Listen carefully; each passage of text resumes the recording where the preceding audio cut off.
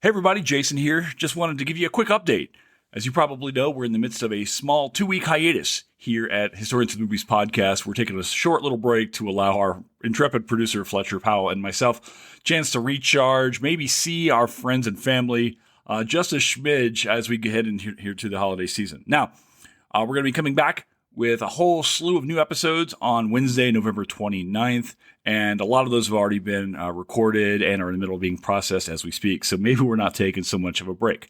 However, in the meantime, we thought it might be fun to go ahead and release some of the older podcasts, maybe some of the earlier ones that kind of slipped under the radar as HATM was building before it really gained the audience that it has now. So this episode is actually, I think, the third or fourth episode we ever actually recorded. It's with my great friend, Brett Rushforth. He's been a longtime fan and friend to HATM. And this is his absolute favorite film. It's Up in the Air, which is designed to go in conjunction with this weekend's film that we're going to show on Sunday night, Up in the Air, which is available on Netflix. We're going to show that Sunday night, November 19th at 8 p.m. Eastern. It's the Sunday night thing that we always do. So take a listen to this. It's an earlier episode. You'll hear us. It might sound a little bit different as we're trying to work through the kinks and figure out exactly what format this pod's going to do. And maybe if you've been listening for a long time, you'll enjoy hearing maybe some of the differences between the way the pod started and the way it is now. So I hope you really enjoyed this episode, and we hope to see you Sunday night, November 19th. And thanks for being here, and thanks for being part of this community. Talk to you soon. What happens when a society is much more mobile? What happens when economies collapse? What happens with gender systems that are undergoing transformation? We're talking Up in the Air on Historians of the Movies Podcast.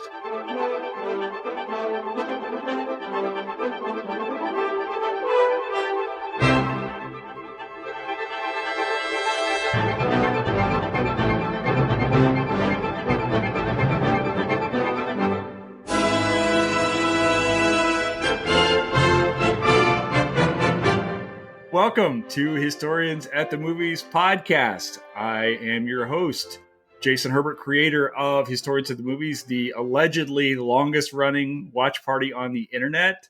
Each week we are bringing you top scholars and historians to talk about the movies we love and why they matter.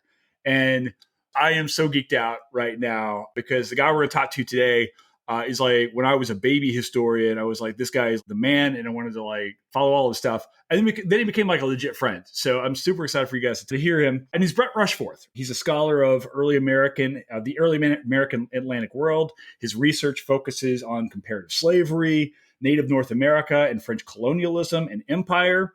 He's the author of Bonds of Alliance, one of these like classic reading books you have to read, Indigenous and Atlantic Slaveries in New France, which examined the enslavement of American Indians by French colonists and their native allies, tracing the dynamic interplay between native systems of captivity and slavery and French plantation-based racial slavery.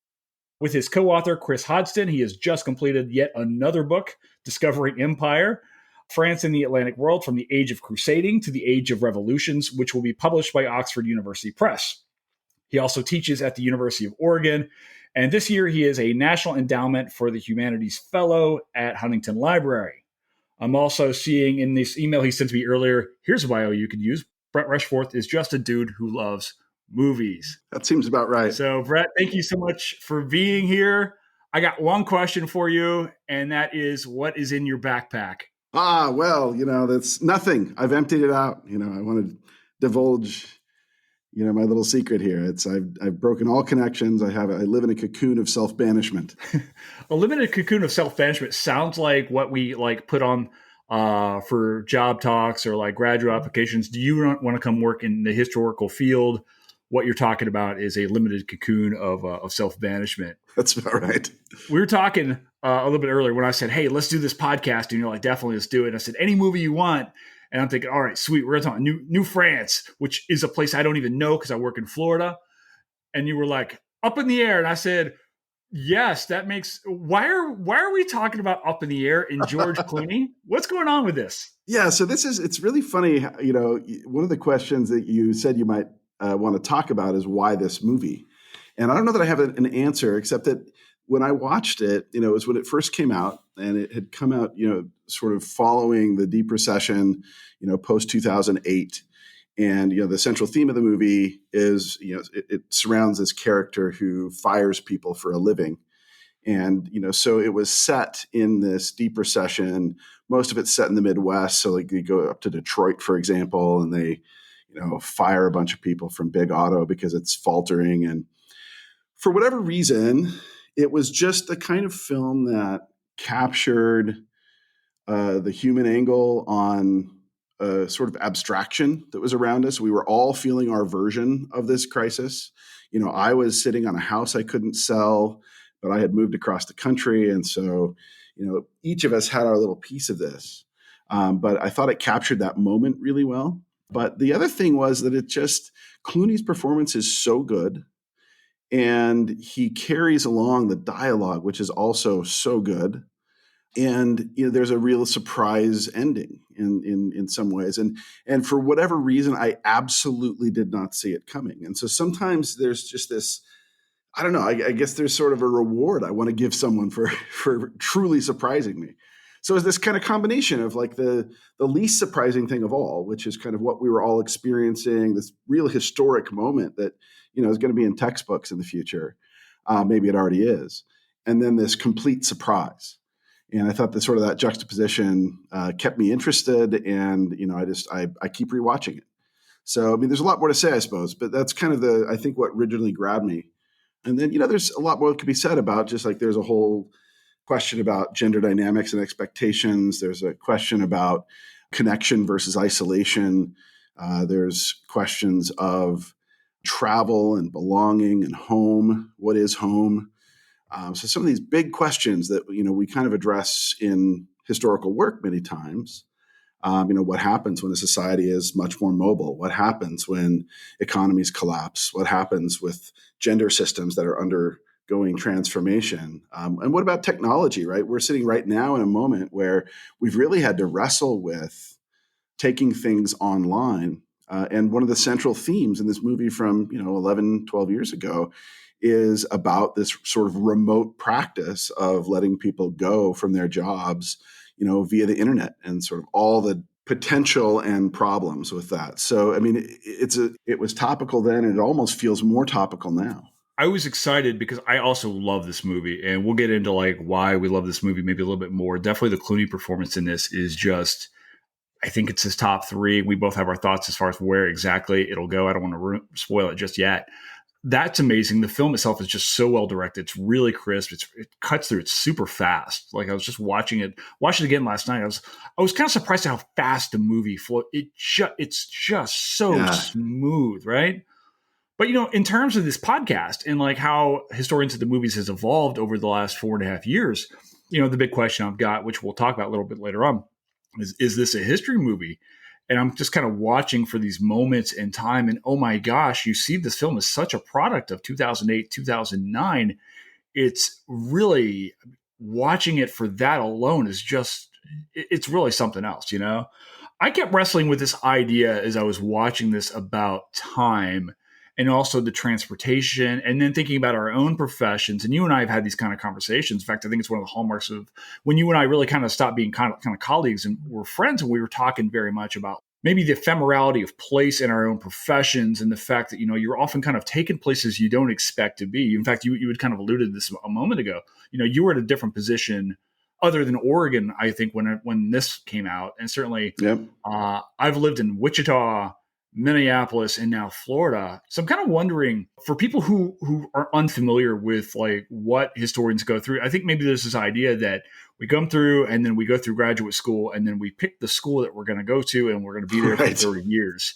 What you've had some different experiences like that. Could you kind of like speak maybe your own parallels towards being in the airplane, figuring out where the next stop is, maybe going from graduate school to I guess maybe all the way up landing in Oregon, or even right now where you're at in California?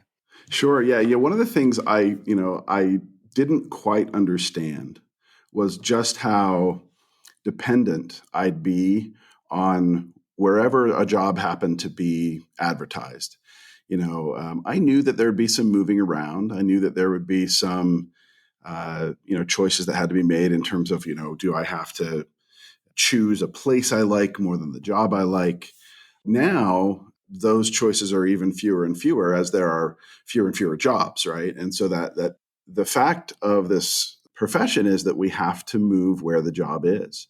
And unlike my friends who went to medical school or who are engineers or who are accountants or one of the, they get to choose roughly where they live. So if you're going to practice medicine, you can sort of say, I'm going to live in, fill in the blank, and you practice medicine there. It's not infinite choice, but it's certainly far more. And so I ended up going to graduate school in Northern California. And then I was fortunate enough to get a postdoc in Virginia. And then after that, I went back to Utah for a position. And then that opportunity came to go back to William and Mary. And so I took it, even though I really wanted that job. I really did not want to live in Virginia. I love my colleagues there. I don't think I'll ever have a job I love more than that. It was kind of the perfect blend of teaching really serious undergraduates and working with graduate students. But I did not want to live in Virginia. And I knew that because I'd lived there for 2 years on my postdoc. But I did it anyway because professionally it really made sense. And for various members of my family, it made sense. And so we did it. And then various things happened in my life and I needed to get back west. In fact, I really had some family demands that were to the point where I kind of had to make the choice. Am I going to stay with this profession or am I going to have to find someone or some other way to make a living out west because I needed to be there for my family. And I was very fortunate to get this job. And so there's no complaining happening here. But the reality is, I did spend 3 years commuting back and forth between the East Coast and the West. And then I settled in to the job in Oregon. But then, of course, to have a fellowship, it means you need to go somewhere. So, once I kind of finally got my youngest off to college, the nest is empty and I'm free now, finally, after 20 years of being in the profession to go do a residential fellowship. And so I was able to do that this year. So all of that to say, I've been very fortunate in this profession. I have nothing but gratitude for what I've been able to enjoy in this profession. But it has cost quite a bit in terms of feeling rooted, in terms of feeling at home. So I really, in some ways, maybe it's because I really relate to this rootlessness that the Clooney character is experiencing. And, he embraces it. He turns it into an ideology. But then you see toward the end of the film that he really is letting that sort of protective armor break, sort of the scales of it fall away because deep down he really wants to have that connection. There was that one very heavy scene where he receives the image of his sister and her fiance, and he's got to take it around the country, and it quite literally does not fit in his suitcase, right? It doesn't fit in his world, does not fit into his life. It's just obvious as that. And, he goes home to see his family, and they're like, we don't even know you. He's trying to be this guy, and he finally does get his opportunity to be that guy. But it's his career and life has kind of taken him away from that. I think that's certainly something that I felt or continue to feel living in Florida or anywhere else my career might take me, because I'm probably never going to go back to rural Western Kentucky, and that's just right. That's part of the trade-off for this. And, I talk to other graduate students as people are coming up and things like that. I'm like, look, brace yourself. This is a very ephemeral business that we're in. The people you're going to go to graduate school, you're going to see a whole lot of for 2 years, and then you're going to see them 4 times at a conference the rest of your life. And that's the way, that's the name of the business. So understand that's kind of the life of a historian, at least in my own experience. Yeah. And I really like what you mentioned about the photograph of his sister and brother-in-law not fitting into his life, like literally, it's poking out of his suitcase. And, he finds that to be such an annoyance, that it's such an imposition, because he has chosen, it seems to me like he chose that he didn't try to balance the connection and the movement or the rootedness in the movement. He just cut everything else off. And so, this small favor that he's asked to do, which should be just an obvious, easy thing to do, he finds it so burdensome because it's sort of emblematic of that bigger set of commitments that he's chosen to just sort of step aside from. Now, you said you would spend a lot of time actually. So, Ryan, the character, he loves being in the air, right? There's that moment when, he's like, where are you from? He's like, I'm from here. I can't say. Yeah. What about you? You've flown all over the place. I just saw you were up in Montana or someplace else, flying around, taking just the world's most ungodly gorgeous pictures. Do you like to fly? I actually do, but under some circumstances. So, that year or those 3 years when I was commuting across the country just for my family, I came to really hate flying because I loved being there, but having to get up at 3, drive to the airport, go through Atlanta, go to Portland. Once you fly a lot, you get perks, right? I've never been able to afford buying a first class ticket, but occasionally you get bumped up to first class if it's a super early flight and it's pretty empty. And that kind of flying anyone would like, because you're sitting in this giant reclining seat. I don't recline, by the way, just for the record. I'm not one of those people. You and I are very much on the record about this, and I think about this often when I get on the plane about our manifesto here that thou shalt not lean back. Absolutely. And what's interesting is in the novel that this movie is based on, there's a scene where the author has one of the characters recline, and the author has this little, what's clearly like his own commentary. And it was like taking the space to which she's entitled. And I'm just like, yeah, this is not my kind of guy. Anyway, so, but you're in this giant, extra wide seat with all the legroom you could need. They bring you actual food. They're always attentive. And so that kind of flying, which is the flying that Ryan Bingham does in the film, man, seems all right. You can read a book, you can work on your laptop, you can watch a movie, whatever you want. And that's a pretty comfortable way to spend a few hours. Most of the time, though, you're sitting in like my knees are pressed against the seat in front of me. And, I just had shoulder surgery this summer. So I'm like trying to, manage how do I prop my shoulder in a way that it's not aching. And that can get really tedious. And that's how the vast majority of people fly who fly at all, right? So I don't think that they really address that very well in the movie, just how his life of, going into all the fancy hotels and going into the concierge lounge or whatever. It's a certain brand of flying. No, let me tell you something. I remember I had kind of lucked out and got into my first time I flew first class. And I remember I'm sitting there and I remember the attendant comes by and says, "Would you like something to drink?" I was like, "Oh, I can have anything I want." It's like, yes, I would. And I was like, after that, I was like, oh, I should just fly first class all the time. That should be the standard. Like, why have I not been flying first? Oh, it's right, because I can't afford it.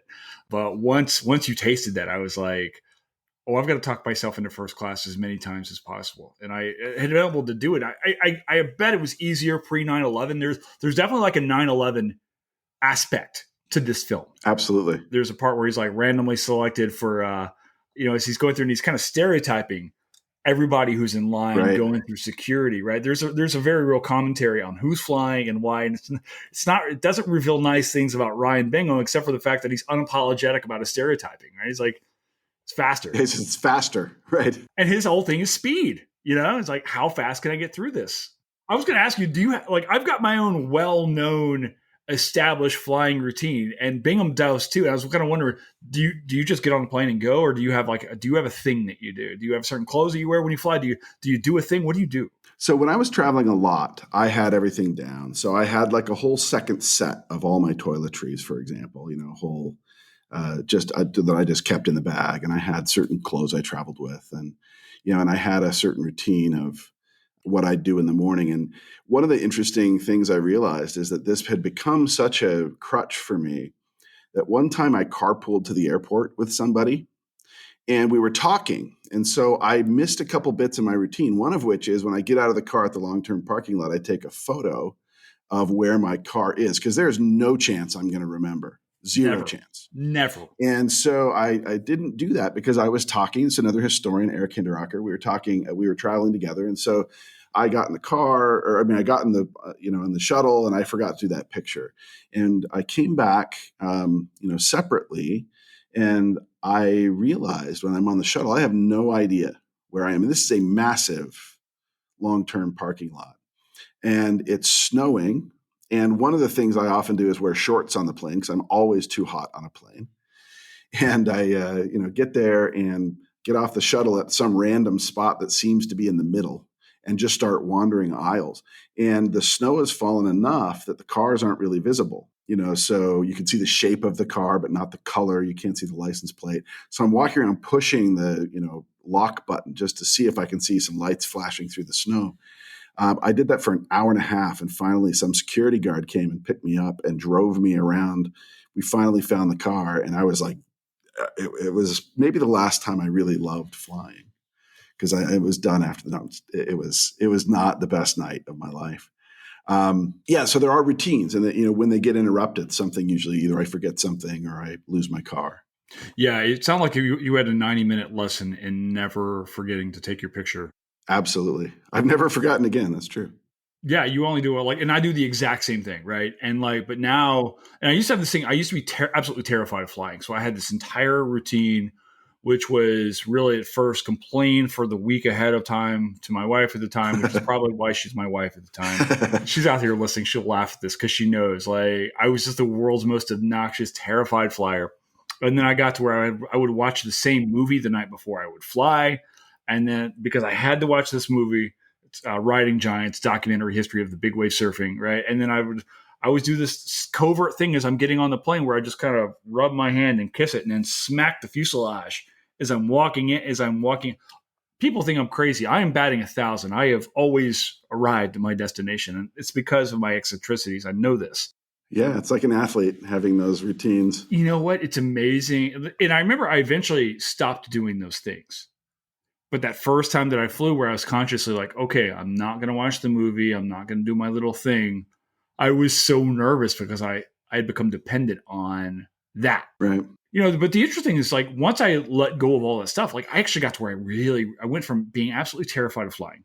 No one likes going through security, and God knows we don't like being stuck in the garage afterwards. And I don't even know what snow is after living in Florida as long as I have. But the process of being in the air. One of the cool things about this film that I love are those shots of the city. Yeah, isn't it great? Oh, it's so peaceful. It's like what you see, and I remember because I lived in Wichita for about 5 years, and Wichita, Kansas does not get a lot of, there's not a lot of people talking about Kansas, and it's an amazing little town, but I remember oh, that's actually Wichita. When they flew over it, I was like, oh, I pointed out, I recognized the town. It was just such a cool little effect of that film, although there's inevitably, I got to warn you, there's going to be somebody after I've seen Twitter as long as I have now that's going to take real problems with you classifying Kansas as the Midwest. It's that's right. Whole, does Kansas and Nebraska and Oklahoma, do they count as the Midwest? That's a good question. I think it depends on what part of them, right? I mean, if you drive across Kansas, which I've done a ridiculous number of times, going between the West Coast and Virginia. You drove that? Oh, I've driven it about 8 times. Oh my God. Yeah. I mean, with moving trucks a couple of times. But yeah, you drive across Kansas and there's a moment where you're very clearly, you're in the rolling hills, things are green, and then things get brown. And then there's a moment where you start to see the Rockies rise up. If you're on I-70, or I think it's I-70 or 64. Yeah. It's 70, I-70. 70. So, and you see the Rockies just start to rise up as you're approaching Colorado. And it's just stunning. You're like, okay, this is unambiguously the West. Oh, yeah. But if you're in this sort of rolling hills, soybean and corn country, I don't know. Who knows? We could have regionalism is a big argument in history, right? We always argue about is it the history that makes it the West or the East? Is it or the Midwest rather? Is there some cultural element? Is it the environment? All right. Well, let me ask you this then: where's New France? There's a wonderful essay on this written by Alan Greer and Kate Debarras. And it's essentially the title of the essay. It's in French, but it's essentially what is New France? So essentially their argument is, and I think I'm pretty persuaded by it, that it's used historically several different ways. Early on, in the 16th century, New France is used as an argument to claim territory against Iberian empires. So, French people in the 16th century call Florida New France.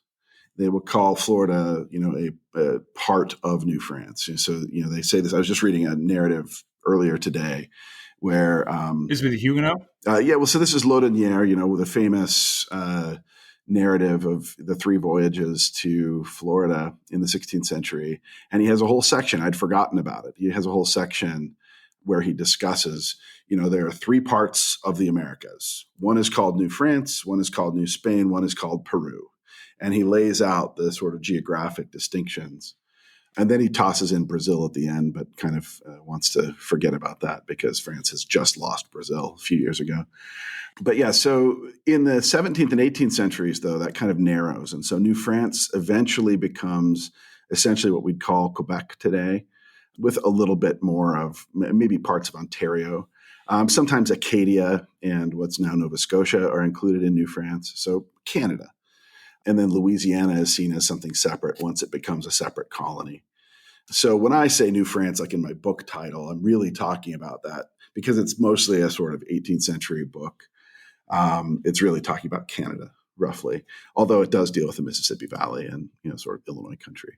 It's that aspect's always really interesting me because, I was just explaining, I always tell the story about the Cajun and the crawfish and the Acadian expulsion. And I take on this obnoxious Cajun accent that I blew out of proportion from my time growing up in Brobridge. But, this French history, I think is really important to dig. Even this idea of like New France becomes really important to this understanding, even in the United States. I'm kind of wondering, like, do American historians have a lot to gain by understanding like New France? Or do you get feedback mostly from people who are interested in Canadian history? I mean, where are people digging in with your own work?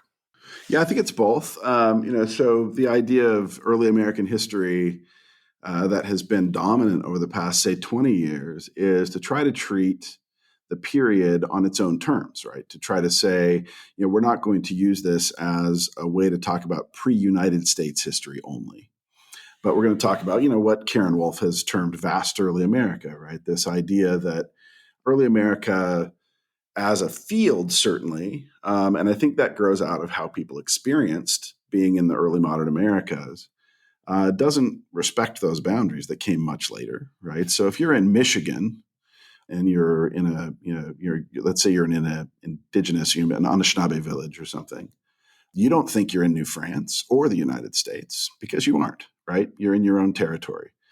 But if you're in a French mission settlement nearby, you might say you're part of New France.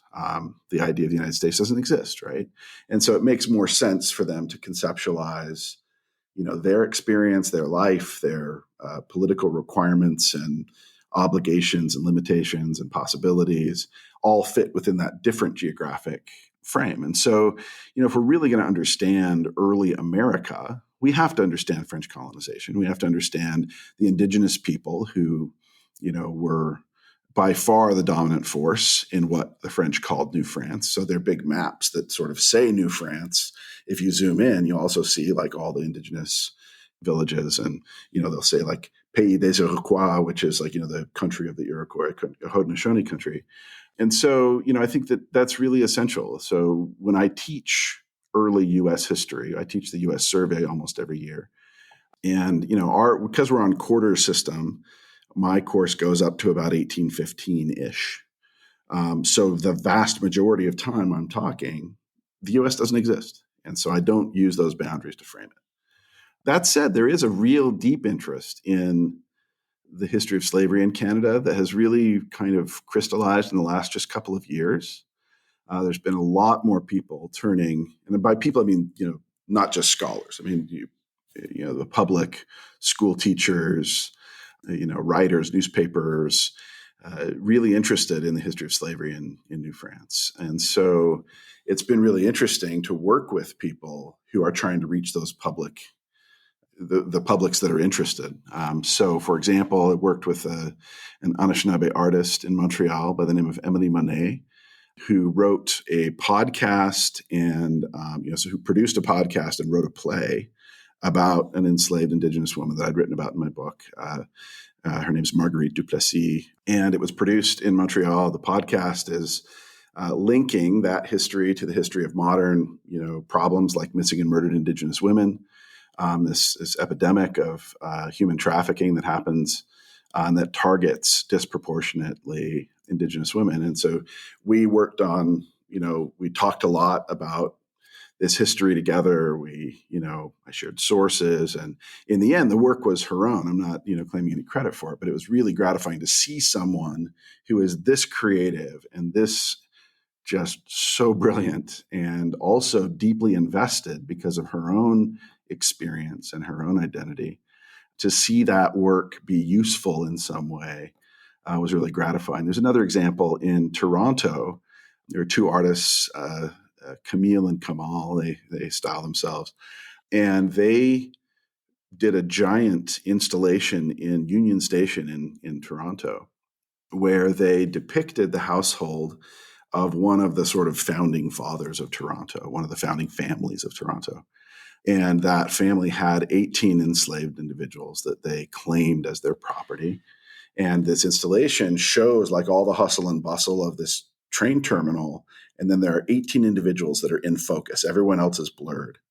And then they produced biographies of each of those 18 individuals. And so I was able to be a participant in that and contribute some of the research that I'd done and then do a lot of new research, which I hadn't done. And just to see that in the busiest train station in Canada, I'm pretty sure it is, all these people are having an opportunity to, engage this part of their past that they usually sort of don't think about. They think about themselves in opposition to the United States. We were the free spot at the end of the Underground Railroad. We take pride in that. And it turns out that there's, a huge story in the sort of roots of their nation that has to be grappled with. And so I think it's both. There's plenty of interest among early American historians. There's plenty of opportunity to teach students that the early history of the U.S. is sort of deeply influenced by French colonization. And then also that Canada as a national history as well is trying to grapple with this. Well, I've got a question for you as far as this, because the thing that keeps popping in my head right now, one of the big aspects of this particular film that we watched, right, are these, these conversations that Clooney's having with the people who he's having to let go. And so much of what we do as historians is really kind of having these conversations with the past, or at least that's kind of what I envision I'm trying to do, is talk to these folks who belong to the past, but also the present, right? Who lived in a different time and era, and kind of maybe bring them forth in the stories. And I'm kind of wondering, like, reading your work and sitting here talking to you, it sounds like such a daunting thing to sit here in the 21st century and say, okay, let me go figure out something as heady as indigenous slavery in New France 300-400 years ago, right? How do you have those conversations? Like, how do you do that? Where do you go? How do you go back and like reconstruct these lives from the archive and so forth? It sounds like to me, being familiar with your work, I've seen it, but it's like, how do you do that? Take me through the process of like, for the book, or where did you go and start, and how do you just dive into that? Because to me, it sounds like such an incredible process of like, almost overwhelming.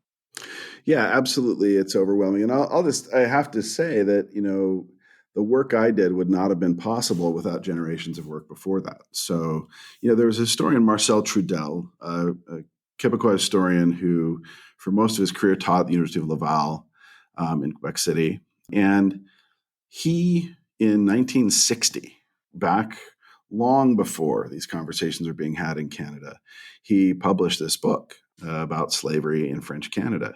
And he was absolutely pilloried for it by his Quebecois colleagues because it was a critique of French colonialism. And there was a lot invested at that moment when there was a very real problem in Canada with anti-Quebecois discrimination.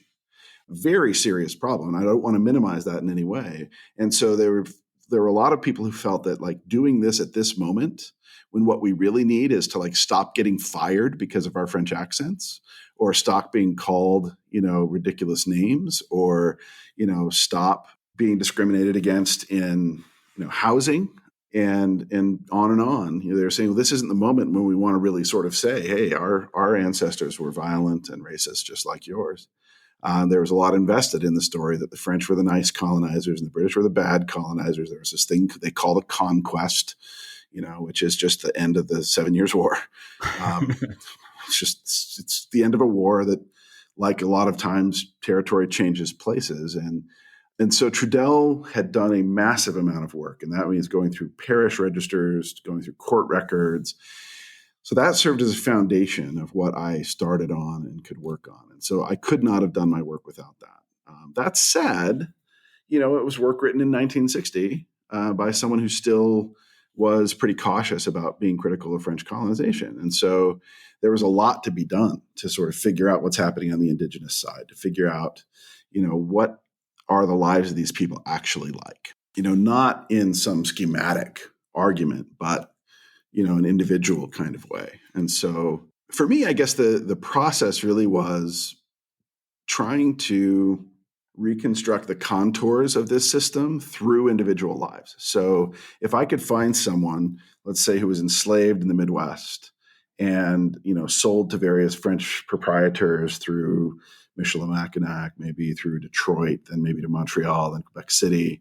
In fact, Marguerite, who is the one who Emily Monet did the podcast and play about, this was her experience. You could kind of trace through this freedom suit that she brought up where she'd been. And then that tells you like, okay, this is a little bit how the system works. This is how a trade works. You find a contract here or a lawsuit there.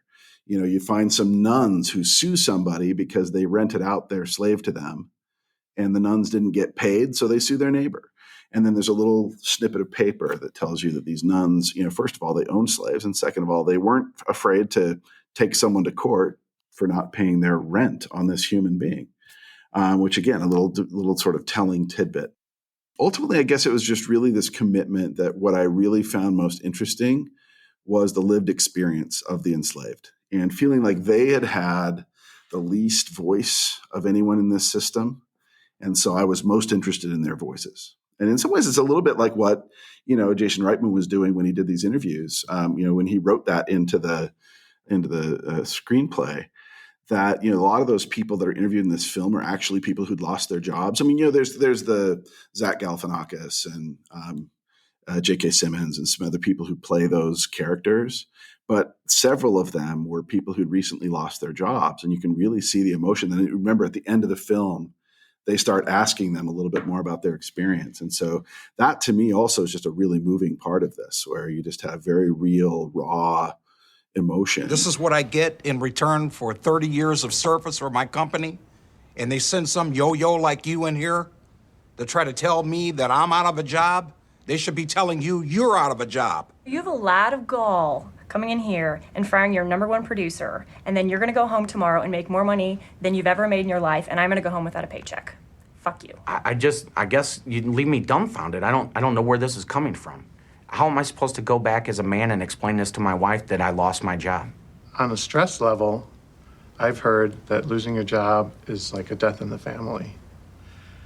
But personally, I feel more like the people I worked with were my family, and I died. I can't afford to be unemployed. I have a house payment. I have children. I don't know how you can live with yourself, but I'm sure that you'll find a way while the rest of us are suffering. How do you go forward when you've lost your job? Maybe you're in your 50s. You don't feel like you're going to get another job. This is the best thing you've ever had. What are your kids going to think of you? Mm-hmm. And so it's those same kind of questions that you really want to understand what makes someone tick, what they do to manage the hardships and challenges that they're facing. Yeah, I actually feel like that was like some of the most powerful parts of the film. Like, of course you got to have J.K. Simmons in there and Galifianakis, but like the folks who you had probably never seen before on film, that's where it was really resonating and was like the most natural part of that, right? And you're just like, right, and you're right. It's like those moments almost kind of exist like the archive, right? Where you're mm-hmm. You've got these little snippets, these little moments around, and you're just trying to build an entire world around and say, look, I don't know exactly what's happening here, but here's what I think based on everything else. Looking at this film like an artifact, how do you tell the story of the woman in Wichita or anyone else? Yeah, the woman who ended up jumping off a bridge, right? I mean, there's this moment, when she looks at them very calmly and says, mm-hmm. I know exactly what I'm going to do. There's a beautiful bridge by my house and I'm going to go jump off it. And then he's sort of awkwardly trying to reassure, his colleague, they never do it, it's going to be fine. And then of course that's what happens. It's one of these things where those things actually were happening. Desperation was hitting people. They were losing homes, they were losing jobs.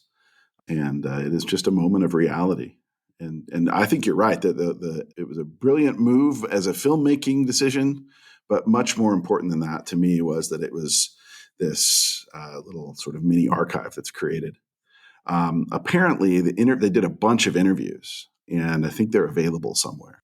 I would love to be able to take a peek at those sometime. We speak about the reality of that. I do want to listen for people who are listening. I lived in Wichita for 5 years. If you jump off a bridge in Wichita, you're going to fall about 5 or 6 feet, okay, into the Arkansas River. They actually call it the Arkansas River in Wichita. You're going to suffer a nasty ankle sprain, but that is a bit of myth making that there are bridges in Wichita you could hurt yourself on. You might have a limp for a little bit, but when I was watching, I was like, no, you've never been to Kansas. That's just not what that river does at all. That river is about 18, 20 inches deep. We were talking, though, about this film versus the novel. How does this compare? It's really interesting. So I read the novel for this, actually. I just got curious. The author, Walter Kern, is, I'd read some of his essays, which I really quite enjoy. There's one in particular that came out when Mitt Romney was running for president.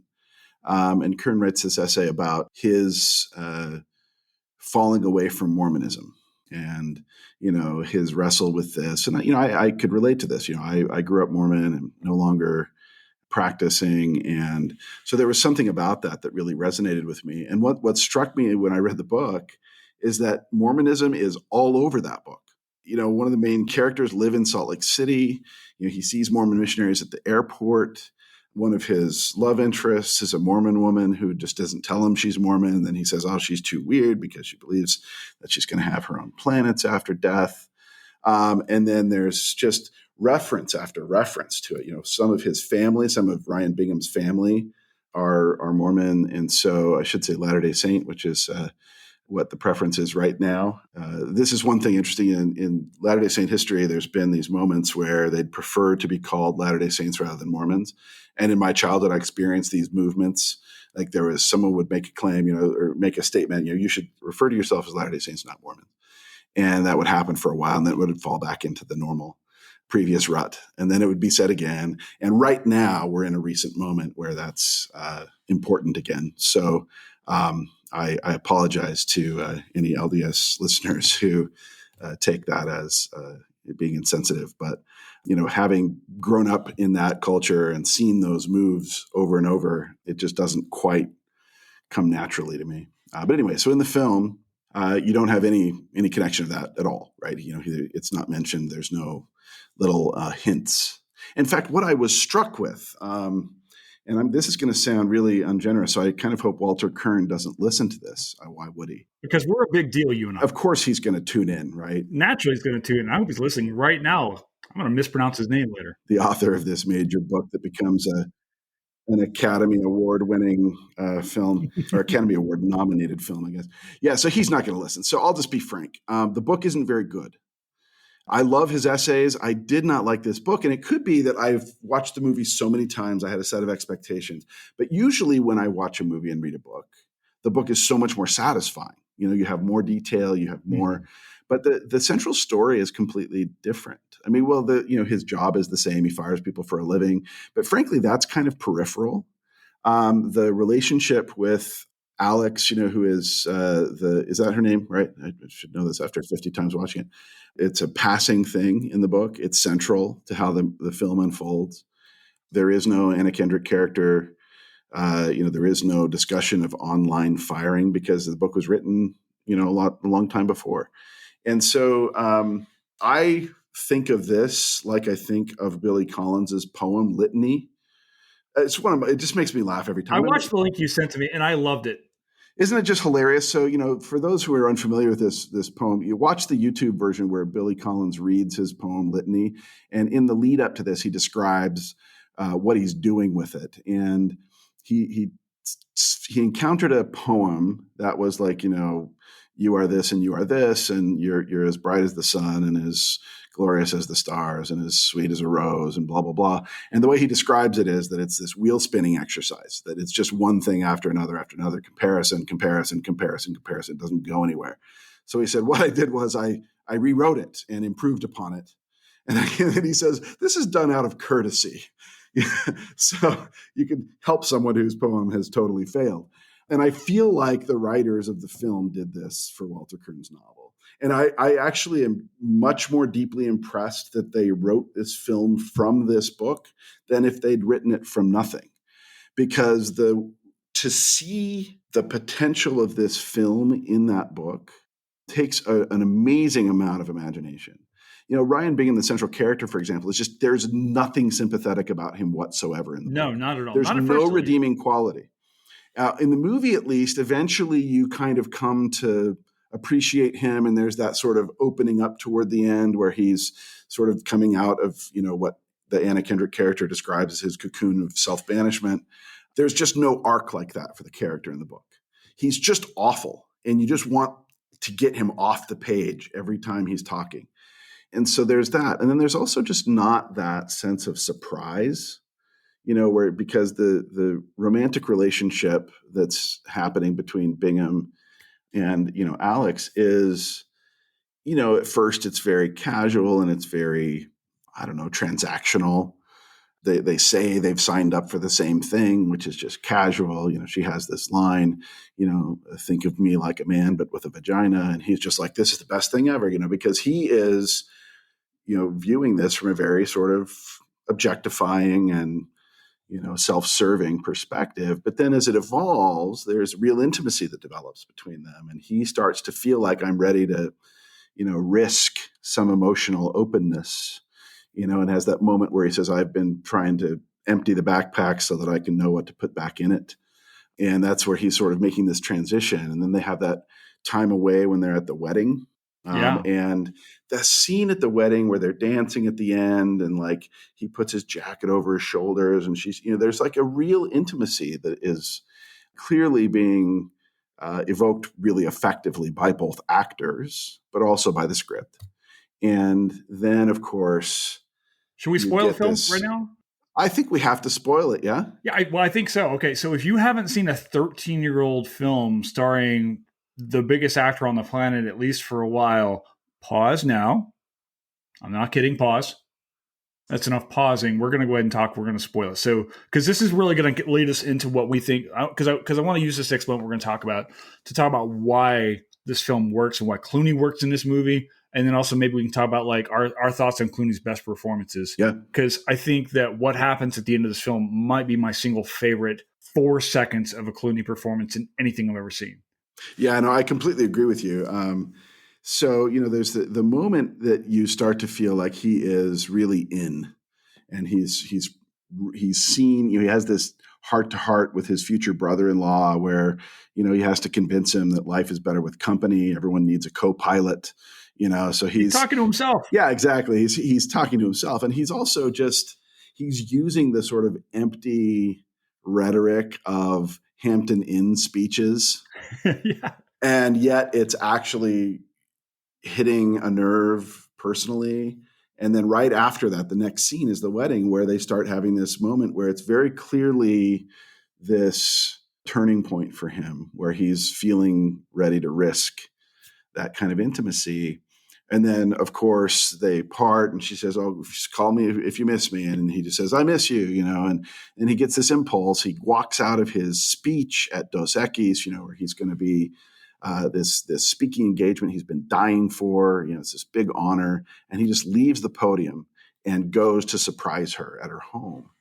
And you can see that like boyish excitement. This is where Clooney's acting does all the work. Just his face acting, it's just so subtle, and you just see this like twinkle in his eye, and he's just so excited. He's finally like, I'm ready to risk this. And you're rooting for him, right? Because you're like, this is the turn. This is when it finally goes his way. Yeah, and where you want him to be rewarded for not sort of pushing everyone aside, and for being willing to have a relationship that isn't just transactional, that isn't just objectifying, and that like he really is ready to have a partner. And then, of course, he shows up to her house, rings the doorbell, and she comes to the door looking terrified, and her kids run up the stairs, and her husband says, "Honey, who's at the door?"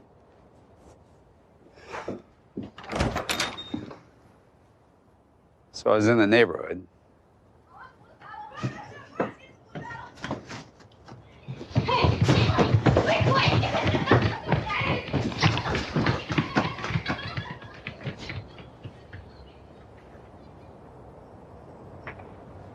Who's at the door? It's just somebody who's lost. But there is this moment where he's standing there, and George Clooney, who you just can't imagine ever being turned down by anyone ever, right? I mean, that's just kind of been his ethos both on and off screen for years and years and years. And he does the slightest little thing where he's standing there in the cold Chicago weather and his jaw drops. And it's not a lot. It just kind of falls open, maybe an inch or so. I was watching this last night going, it's such a detailed physical performance where you watch this man's heart explode. He finally, he's like, this whole moment, we've been waiting for him to come and have this, this moment. He can't live without her. And he does, right? And he's like, this is it. And this is not the fairy tale. This is actual real life. I think it's why it hits so hard is like, because I think a lot of times we look at personal lives, this, that, and the other, and so forth. And I'm just talking about anybody who's been through any sort of relationships. We go into things hoping that we're going to end up in Richard Gere and Julia Roberts, and she's going to rescue us right back because he's there to rescue her. And she denies him. And it's this moment. It's quiet and his physically. This is not him swinging a broadsword or anything else like that. It's this quiet little moment where you can just see everything happening.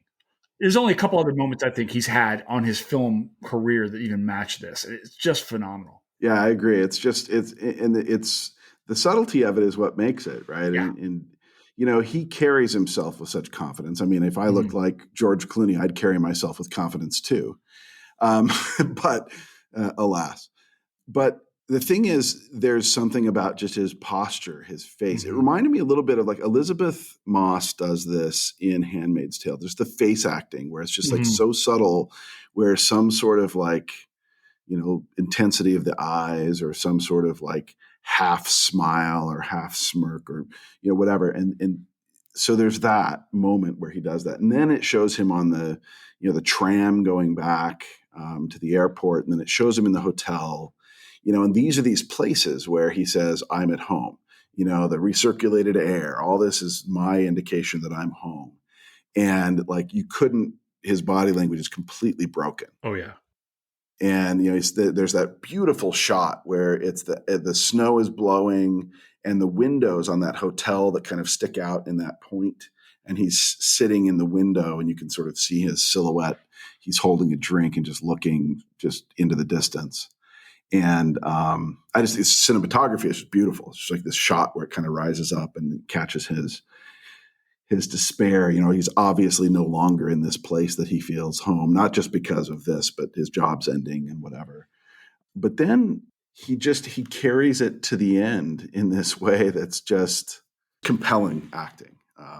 But the other thing that strikes me about this, and I had a long conversation with my editor actually about this. So just as I was turning in my book is when I had first seen this movie, because up to that point I hadn't had time to do anything else. I was trying to get tenure and write my book. And so I turned this in, I watched this movie, and we were at one of these lunches. And Frederica Toita, who is infamous in the field for being kind of scary, terrifying, who, will just tear your writing down if it needs to be torn down, but also just a brilliant developmental editor. And for whatever reason, this film came up. People were asking, what did you do this weekend? And I mentioned I watched it. And Frederica just lit up. She says, I love this movie. And she said the thing that she loved about it so much was that it inverted what you expect of the gender norms. And that the person who was, the philanderer, the person who was deceptive, the person who had been most effective at masking themselves for sexual pleasure was the woman. And that Clooney, the super good looking, whatever, he of course was a womanizer and objectifier. And he wasn't a really sympathetic character. But when he's moving toward something more acceptable or sympathetic, he gets his knees cut out from under him by this woman who was kind of what you'd expect him to be. And I thought that was a really interesting insight. And, it kind of did two things for me. One was that I felt like it didn't say great things about me, that it never occurred to me when I watched this movie until the very end that she was married or that she could be. Never did. It just didn't even occur to me. And I don't know if that's effective writing. I don't know if it's effective acting. It's probably some of both, but it's also like deeply ingrained gender assumptions on my part. And so Frederica and I had this long conversation about how these assumptions shape everything we do, including our writing. And so we had this conversation about my manuscript that was like, where are my gendered assumptions shaping what I write about? When I write about the relationship between, say, there's a section of the book that talks about marriage and the custom of the country. It's sort of talked about a lot in fur trade literature, à la façon de pays, where they have this sort of country marriage. Mm-hmm. And one of the things I'm trying to make a point is that a lot of those marriages actually involved violence, and not just violence because there's domestic violence, but violence in the sense that the woman is enslaved. And that might shift to something else. It might be sort of fluid in terms of the perpetuation of that slavery, but that much of the sort of marriage and the custom of the country in this region of sort of French colonized Midwest was French colonizers marrying enslaved Native women, who then might take on a role that's somewhat more like what French culture would say as a wife. And so it's very interesting that we had this conversation about my manuscript and about some of the blind spots that I had when writing it through the vehicle of this film, and how it kind of revealed our sort of shared gender assumptions. It was really an interesting moment for me. I've had this thought as you were talking here, and we were talking about the difficulties of like in the archive and so forth. I didn't brief you for this because I didn't think about this till about 5 minutes ago when you said something. And I need to try this out. Imagining that we're historians and we're seeing this glimpse of Bingham's life, right? And you're historians, and you've got this aspect to know of it. You've got to know him for these couple months. What happens to Bingham after this movie's over? After he gives the miles to his sister and her husband, and he meets Sam Elliott, which is probably the coolest thing ever. Construct, if you will, the life remaining for this man. Does he put himself back out there? Does he retreat back into himself? Does he learn anything from this? What happens to Bingham? I've wondered that, actually. I've wondered because, this is a fairly new impulse for him, right? And he's sort of just stuck his head out of the turtle shell, and it's about to get lopped off. I think the most likely thing would be that he'd return to his jaded, self-serving, shallow connections, right? I mean, because that seems like what people do. If you've been a certain way a long time, you take a risk to make some change, and then it works out really badly. It's a natural human impulse to sort of go back to what has at least kept you feel safe, right? Yeah, she's the reason.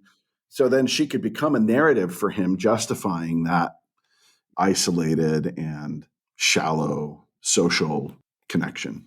I can't lie. Like his whole soliloquy on the whole everyone dies alone bit has stuck with me ever since the very first time I ever watched this film. You never want to get married? Nope. Never want kids? Not a chance. Ever? Never. Is that so bizarre?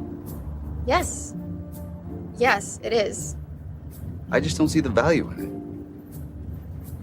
All right, sell it to me. What? Sell me marriage. Okay, how about love?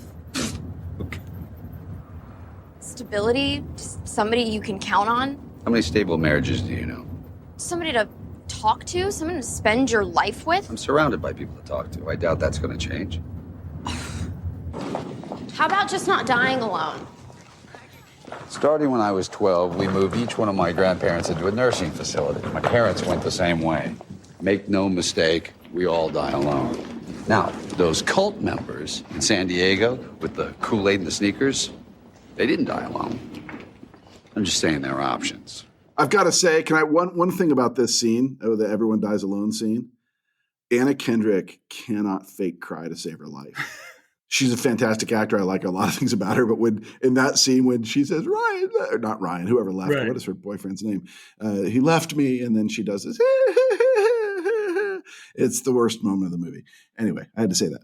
Although, let me just give a counterpoint to the Bingham aftermath. Hit me. Right? Because they do want to suggest that maybe he's changed, because he does two things, right? One is that he opens this around the world account for his sister, And the whole reason that they did this elaborate thing about taking photos of their photos, like, is it Flat Stanley style, Yeah. The reason they do that is because they specifically say we can't afford a honeymoon right now because all of our money's tied up in this turnkey housing investment. But he gives away 1 million miles. And that's something that, really wasn't in his character before. He guarded them so closely. So that's one thing. And then the other is that he writes that very encouraging and glowing letter for his colleague who left after the woman committed suicide, and sends it to the San Francisco law firm or wherever she's going to work. And it's a very heartfelt acknowledgement of someone who meant something to him, and him wanting to do something for her. So those two acts of sort of generosity, or maybe generosity sounds like a little much, but those two kindnesses that he does for his sister and his former colleague, do I think the filmmakers want to suggest that there's a change. I guess I'm a little more skeptical. The evidence doesn't say that he's going to change, right? There's a hope, I guess, maybe that there will be. And there's a film that kind of comes to mind when I'm thinking about this that kind of pulls the rug out from underneath you, which is La La Land. I don't know if you've seen that film. I remember wanting to throw everything in my living room across the kitchen into the last 10 minutes of La La Land are the most gutting part of a film I think I've never been 100%. so angry at a movie, and then so thankful for a movie for making me feel like I did.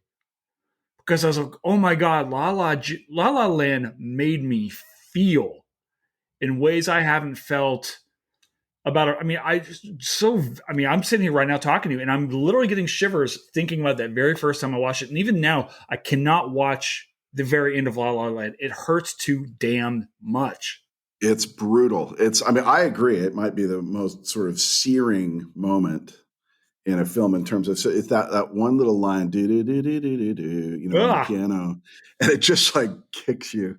Yeah, it's in some ways it's kind of similar, right? Where there's this hope that things are going to work out, and then there's this sort of deep, deep sense of loss, and this potential that might have been, you realize actually didn't work out at all, and they've both gone different paths, and all of those potential futures that they could have had are just done. Yeah, but maybe that's what's been preventing Ryan from growing anyway, right? So, you and I both have kids, and one of the things I talk to my boys, my older boy's 14 now. I'm like, look, buddy, you're going to enter into a relationship at some point in time, and you're going to get your heart stomped on.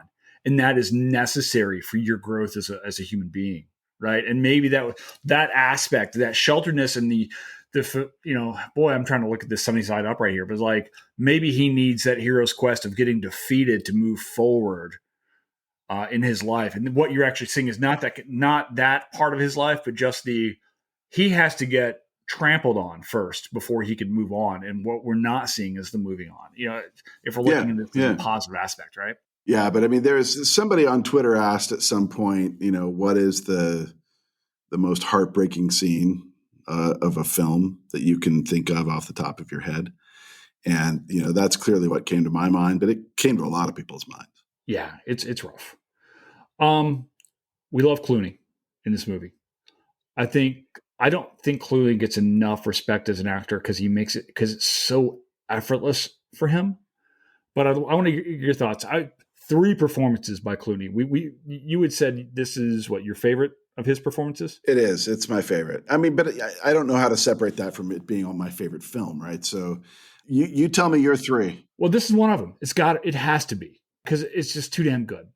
The other 2, I go back and forth. There's a film, the performance here, I think reminds me in a lot of ways. It's a different kind of a thing, but it's Michael Clayton. I think he's absolutely phenomenal in Michael Clayton. I think Michael Clayton I was tweeting earlier today, that last scene between him and Tilda Swinton, that showdown, the whole, does it look like I'm negotiating? And then that final, like during the credits where he's just sitting in the cab and is just driving. Michael Clayton is Clooney like you've never seen him. You're used to seeing Clooney as the cocky winner, the guy who who's going to win. And this guy's a guy who's constantly getting his teeth kicked in. He's a fixer. He's not this is another film where he's not necessarily a likable guy, right? I think he's phenomenal, Clayton. And then the other film that's nothing like any of the rest of them is Oh Brother, Where Art Thou? Yeah, such a great. It's such a great hammy, film. silly thing. You know, It's so hilarious. How's my hair? yeah, I think his signature role is Danny Ocean. But if I got to say his three best performances are Up in the Air, Michael Clayton, and Oh Brother, Where Art Thou? Yeah, I mean, I think that's a good top three. The only one that competes with that it's Batman. I think I might put in, that's got to be it. No, actually, it was The Descendants. Maybe it's the sad roles. I don't know but where he's vulnerable. But one of the things I was going to mention about Michael Clayton and Up in the Air is that he does very well when he's paired with an incredibly strong woman as his counterpart. I mean, Tilda Swinton's performance in Michael Clayton was just off the charts good. And I think she made him better. Oh, yeah. Yeah, absolutely. So she made him a lot better. I'd say the same for Vera Farmiga, who was, charming and disarming and all the kind of things you need to be, but also just like her quips were timed perfectly.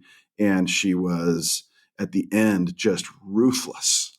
My hot take is she's the best part of The Departed. Oh, yeah, I think that's probably right. I think she's phenomenal.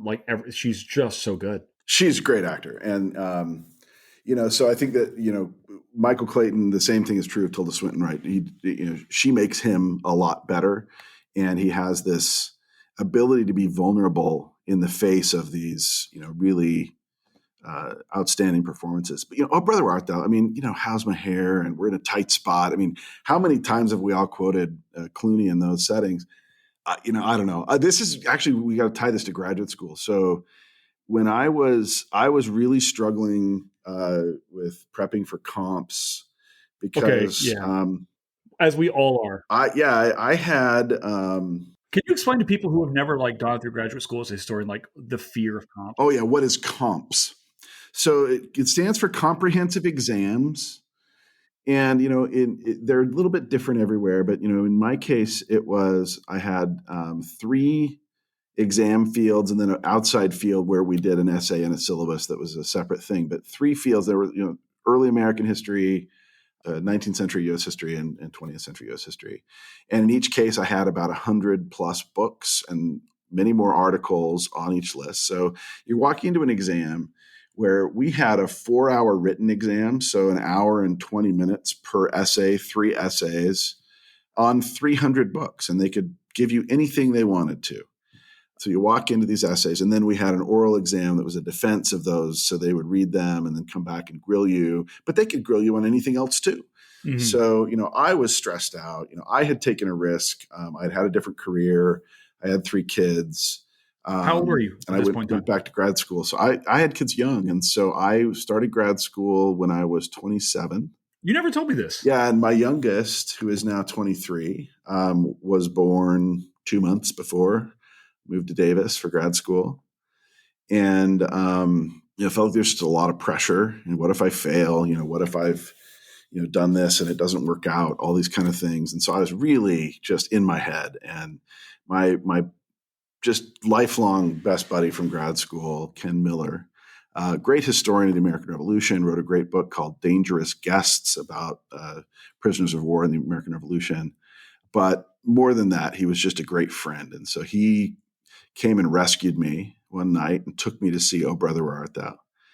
And we saw it in the theater. And we laughed so hard. And it just absolutely saved me for comps because I came back feeling like I was renewed, feeling the benefit of friendship and, then just this absolutely hilarious movie that itself was like a great historical satire, right? So anyway, that's a little aside, but so you're saying you and your friend had bonds of alliance? We did, but the bonds were somewhat different. Yeah. I want to ask you, pulling this back into a sense of history-esque, right? And this travel's such a big part of this. And you and I actually love teaching teaching the survey course. It's one of my favorite things. Yeah, same. Spread out and so forth. I focus on early North America, and you get me into the 1920s, and I love rocket, just going 1920s, 30s, 40s. It's so far beyond what I write about, and I just love it. So whereas we haven't really talked about transportation in either of our works, I wanted to ask you about this because planes are such a big deal. 3 movies and a book. What do you like transportation-wise?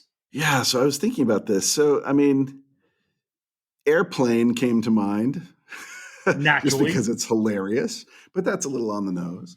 You know, I really have a soft spot for travel. So, if we're talking about travel in the broad sense, Yeah, I would absolutely. say Stand By Me. Nice call. It's not travel these are kids traveling the distance they can travel, right? They're on this sort of clandestine journey to find a body.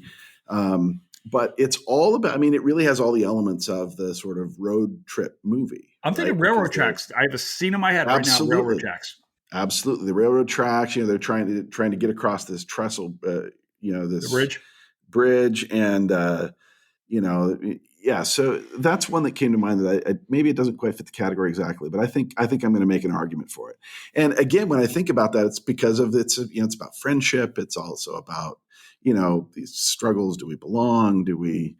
They had this whole discussion about what is Goofy. Pluto's a dog, Mickey's a Yeah. mouse. What is Goofy? And really deep down, this is a question about where they fit, how are they categorized, and anyway, so whatever. That's a little ponderous for a movie about kids, but there it is. And then I think I'm going to have to go with Throw Mama from the Train instead of Airplane. Okay. Mostly because every time I sit down to write, if ever I'm stuck, all I can think about is the night was sultry. And I want to murder that woman who's in my head telling me, like, so easily and obviously the words I can't come up with as I'm struggling to write. So for whatever reason, that image and that voice, they haunt me. She's firmly ingrained in my head in the Goonies. I mean, just end of story. Yeah, absolutely. Which has a ship, therefore is a transportation film, right? Yeah. What about books? Do you got anything that you like to? So I got one more. I've only got 2 movies there. So Throw Mama, Stand By Me. The other one is Black Robe. So Black Robe, it's so for those who aren't familiar with the movie, it started out as a novel by Brian Moore. Brian Moore is a novelist who he wrote maybe 50 books. He's a really prolific novelist, and they were all dealt with issues of sort of intercultural tension, intercultural understanding, misunderstanding, violence. He wrote a really great one that is called The Magician's Wife, and it's based in a real story when the French crown sends to North Africa this magician to wow the sort of Muslims with sort of the power of Christianity. And so he's this magician that can do all these sort of just visual deceptions. And he brings his wife with him, and she ends up having a relationship with one of the Muslim diplomats. And these are the kind of books he writes. And Black Robe is one of his novels that follows an actual historical journey from Quebec to the Huron country in the early 17th, or the sort of early to mid 17th century, 1630s. And it traces the lives of this Jesuit who's at the heart of it. And he is having these struggles. He's sort of this fundamentalist religious figure, but also having some self-doubts because he sees that people are dying of disease. The people he's trying to help, he's not really helping. And so he has this crisis of faith that also follows this servant, this guy who travels with him, who's a French guy who wants mostly to get out there and learn native languages and become a fur trader or a coureur de bois. And then this native family, it's a father and a daughter who are, sort of central to this other side, and deals with captivity, and it deals with, the effects of colonialism. And in the book version, the internal struggle of the Jesuits a lot more clear than it is in the film. But, the film has all kinds of problems, right? It does all the things that you kind of wish it wouldn't do in terms of sensationalizing native violence, but not quite having the same focus on French colonial violence. But it does make a real effort at having, native actors play native characters. They speak native languages. And there's a lot of sort of rumination about the effects of colonialism. It's seen by the native allies who say, yeah, we've become too dependent on these goods. We really aren't sure this has been the right decision to ally with you. You see it in the sort of enemies who, don't quite know what their choices are in terms of attacking or not. And, you see it in this Jesuit who's just like loses his ability whatsoever to even pray because he sees the destruction that his people are like bringing into this world. So it's really, I've taught this film a lot. And anyway, it's a movie about a journey, a specific journey that is historical, but then fictionalized. So. And by the way, I remember I was exposed to Black Robe as an undergrad, maybe a graduate student by my advisor, Robert Owens at Wichita State.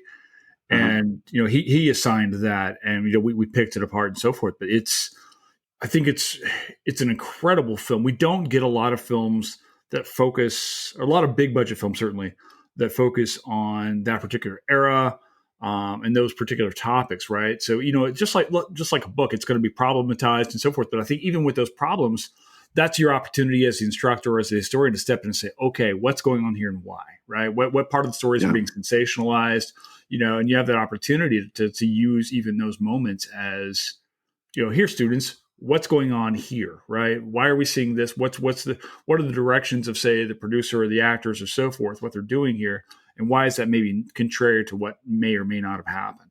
Yeah, absolutely. It's a great vehicle in for that. And, for me, just it's becoming more common, with TV series that, like Reservation Dogs or, even Rutherford Falls or other things like that. And then there's a lot more film that's being made by Indigenous writers or actors, directors. Yeah. So I guess where I'm going with that is that, Black Robe wouldn't really pass muster when you compare it to what's happening in Native cinema right now. It's so much better what's being done right now. And there are things that you sort of see and you cringe at. But for the early 90s, and it's one of the very few films that shows something that I've actually, written about, New France and Native history. So, I give that caveat only because I don't want it to sound like it's an endorsement for the whole package, right? It's just much more about like, this was one of the earliest, and, when you compare it to a film like Dances with Wolves, which came out just a few years before, it's so much more sophisticated and so much more complex in how it deals with colonialism and violence and disease and all these other things that, you get the romanticized version in Dances with Wolves, and, it's just not very satisfying. And so I think that, it might feel that way if we were to put Black Robe up against, sort of more recent Native cinema. It might feel the same way. I'm not sure. But anyway, so the book that I would pick is actually one of my favorite novels. And I don't know that it's totally defensible as a favorite novel. Go on. But Ivan Doig's Dancing at the Rascal Fair. Ivan Doig is a Montana author. Well, I guess he has a PhD in history.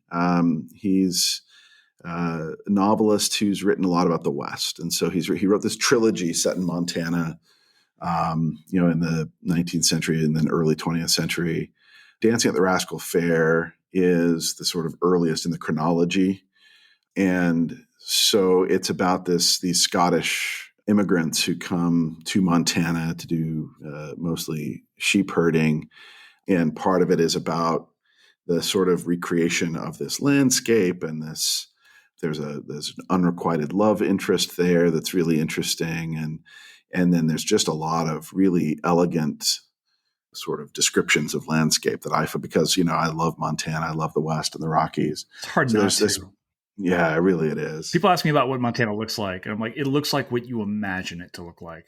Yeah, exactly. I mean, you were mentioning the photos I put up, on social media this last week. The conference I went to was the Front Range Early American Consortium, which is Freaks. Great conference. We've heard some really great papers, especially a lot of graduate students coming up and doing good work. And, Peter Wood did this really interesting thing about the sort of turning knowledge about Stoner Rebellion toward sort of publics. And so he has this, he was there talking about some of this. And anyway, so I was there and, the photos I put up were just things I lifted my iPhone and hit snap. And there was no effort went to it. It's just, that's what it looks like everywhere. It's just stunning. But so Dancing at the Rascal Fair, I think part of it's the visual language. Part of it's the sort of quirky main character. Part of it's this really kind of well-written story of unrequited love that's kind of moving and sad and yet also, just real. But then there are these sort of oblique references to sort of the colonial setting that they're in, right? Even in the later 19th century, right? It's very much native territory.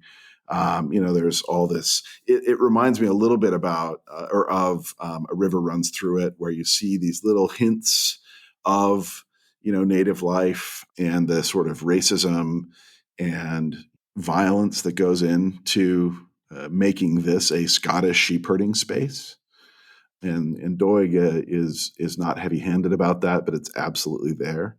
So anyway, those are my answers. That sounds awesome, because I think, one of the things once I finished up with my dissertation and was properly knighted as a real grown-up historian, was the fact that I wanted to go back and start reading things that weren't related to my own work, and it's so when I talk to folks, give me everything you like just about reading, because I feel like really our job as scholars or so forth is just the more I can read, the better off I am. And it doesn't have to be history, just the way that the mind is worked, the writing, the construction of the word, the construction of thought on paper.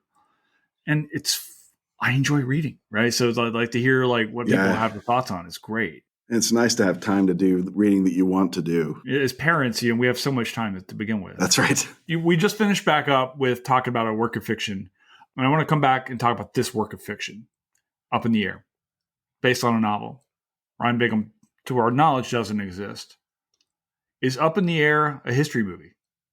Yes, I will say absolutely yes. And I'll say that for two reasons. One is we've both mentioned how well it captures this really transformational moment in American capitalism, right? Where you had this massive housing bubble and everything in the American economy, in fact, the global economy, got caught up in it when that crashed. When the bubble burst, that history of booms and busts is one of the central themes in the history of capitalism, right? And so I think that in this very sort of structural, basic sense, it's one of many examples of how capitalism has this ability to sort of generate potential wealth and seeming wealth, and then just shatter.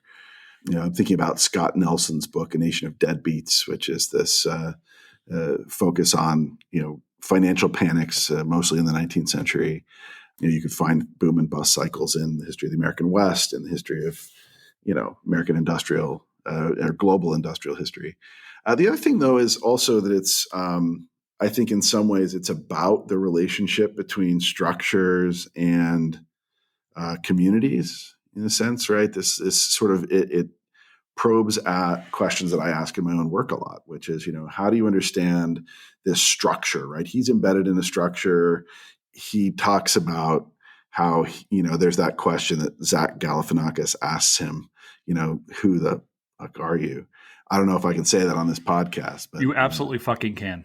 So he says, who the fuck are you, man? Zach Galifianakis is just like, yeah.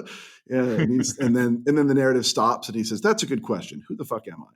And then he starts to sort of talk about, and really what his answer really is, he's a cog in this big machine. He's hired by bosses who don't dare fire their own people. And he's, benefiting from, this downturn. And so, there's this moment where the Jason Bateman's character, the boss, is saying like, hey, Big Otto is going to... Yeah, we haven't had a chance to talk about him.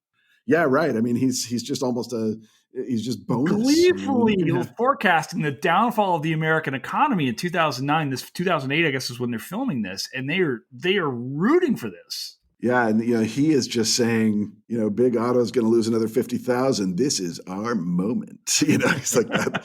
We are here, and so that's it's definitely these structural incentives that are so perverse that this guy makes a living benefiting off others' catastrophes. And there are these reminders of that has its human costs and that has its. So there's that. And there's also just this question about community and connection versus disconnection. The history of colonization is nothing if it's not a history of mobility and displacement and, some people benefiting off the losses of others. And so, I think it's thematically, it connects to a lot of things I'm interested in my own writing as a historian. But then I also think, just in a very real way, it will be an artifact of this moment in the way that, like, Gone with the Wind is an artifact of the 1920s, or even Birth of a Nation, where it captures this, horrendous thing that's happening. And so it both depicts it, and it is a sort of historical primary source in its own right. Remember when people were using Blackberries? Yeah. Right? Blackberries. And I had this thought, and it's like, is this the first instance, it can't be, of sexting on film? Like, they're flirting around, joking around. I'm like, that's what's going on here. Yeah, absolutely. I was trying to think, when did You've Got Mail, which was the sort of very chaste version of this, like they were flirting 99-ish, online. feels right. Yeah, so I mean that was, but they clearly weren't sexting, right? But, Flirty. Yeah, it was flirty, and it was sort of illicit because they were kind of hiding it from their partners, and there's explicitly asked the question, is it cheating if it's just online? And the woman who played Edith Bunker, whose character is she's in the bookstore, she says, well, I can't remember. She says something that's supposed to be shocking, and maybe for 1999 and the internet it was. I don't know, but yeah, it could be. Yeah, it probably isn't. I can't imagine that it is, but it's like, I remember watching it thinking about all these little moments in time where we're seeing where people going through a line, taking off their shoes. This is before TSA pre-check, which is the best $80 I've ever spent in my life. All these different things. I'm watching these films going, oh my gosh, for someone watching this movie in 50, 100 years from now, this is 2009. Yeah, Chris Hodson, who I just finished this book with, my co-author, who's at BYU. He's a historian, wonderful historian. Speaking of Cajuns, by the way, his first book was called The Acadian Diaspora, and it's all about this forced expulsion. And one of the things that he said very early on, when I first saw this movie, I couldn't shut up about it, so I was talking to everybody about it. And one of the things he said was, like, this absolutely should have gotten the Oscar for Best Picture, because it will, it depicts this moment in time so perfectly, and it will last as a record of this sort of cultural moment. And so he was kind of disappointed that it didn't get the Oscar, but anyway, it won plenty of awards. So. All right, so we have grounded ourselves in New France. We have grounded ourselves in Wichita and Detroit in this film, Up in the Air. I guess let's bring this for a landing, and I'm going to use every last pun I can while I got you here. Absolutely. Brett, Matt, thank you so very, very much for taking the time. I know you're crazy busy over there, and you got the new book coming up, which I'm just geeked out about. Where can people find you online? So I have my page on the University of Oregon's History Department website. So you Google Brett Rushforth, University of Oregon, it'll show up. And then I'm on Twitter, and it's just at Brett Rushforth. And I'm on Facebook because I'm old, and that's how I keep in touch with my friends and extended family. I mean, I have Instagram, but that's mostly just for family and personal photos. So I'm not really publicly on Instagram. But yeah, Twitter, I don't know. My Twitter presence is bizarre because I get busy, and then late at night after everyone else has gone to bed, I'll see and comment on a few people's tweets, and then they go off into the ether. Occasionally I post, photos of documents or things like this that, I've been working on. But that's just a reflection of the fact that I don't really have a life other than my research right now. So. Well, that's probably why you agreed to come on here tonight. Yeah, just desperate. Someone to talk to.